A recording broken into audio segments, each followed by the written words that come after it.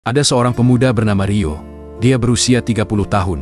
Kedua tangannya dipenuhi tato. Pekerjaan sehari-harinya hanyalah nongkrong tidak jelas bersama temannya, bahkan sampai larut malam. Namun di suatu malam, Rio termenung sendirian di pinggir jalan terfikir ibunya di rumah yang sedang sakit lambung. Namun dia bingung tidak punya uang untuk membawanya ke dokter. Disitulah Rio mulai menyesali semuanya dan berpikir bagaimana mencari uang dengan cepat untuk membawa ibunya ke dokter. Sesaat Rio jalan, berniat untuk minjam uang pada temannya. Namun tiba-tiba terlihat selembar kertas yang ditempel di tembok dan bertuliskan, ada perlombaan baca Al-Quran di desa. Rio pun jadi teringat masa remajanya yang suka mengaji di madrasah dan pernah mengikuti lomba baca Al-Quran di desa. Lalu Rio pun kembali pulang ke rumah dan mencoba belajar lagi membaca Al-Quran. Siapa tahu suaranya masih bagus seperti masa remajanya.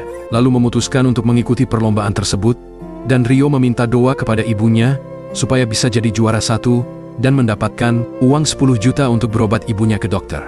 Dengan penuh harapan, di esok harinya Rio berangkat untuk mendaftarkan diri jadi peserta lomba tersebut. Dengan penampilan baju muslim, meski tato di kedua tangannya tetap terlihat karena tidak memiliki baju tangan panjang.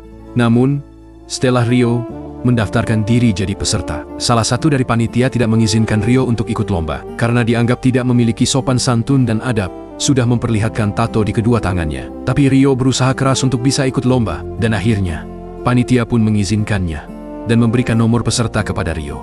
Dan Rio pun akhirnya duduk bersama peserta lain sambil menunggu panggilan dari panitia. Namun tiba-tiba ada peserta lain yang mengejek dan menghina Rio soal tato di tangannya, dan dianggap tidak pantas untuk ikut lomba tersebut.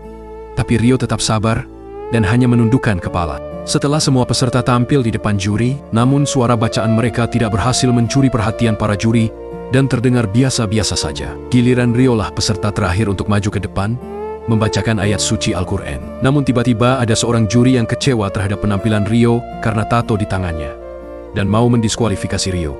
Namun tiba-tiba datanglah Pak Kiai atau ketua pimpinan acara lomba tersebut menegur semua panitia karena sudah menegur Rio karena tatonya, dan akhirnya memberikan Rio kesempatan untuk tampil membaca Al-Quran, dan Rio pun mulai membacanya.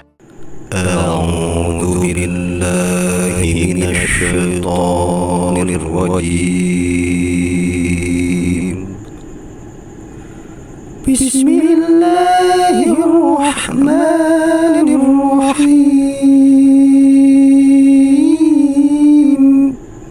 Singkat cerita, Rio berhasil mendapatkan penilaian maksimal dari semua juri karena suara dan bacaannya sangat baik dan benar. Lalu Rio keluar sebagai juara 1 dan mendapatkan piala, penghargaan, dan uang sebesar 10 juta dari panitia lomba. Lalu Rio membawanya pulang dan memberitahukan kepada ibunya. Dan akhirnya, ibunya pun dibawa berobat ke rumah sakit. Semoga video ini bisa bermanfaat untuk kita semua.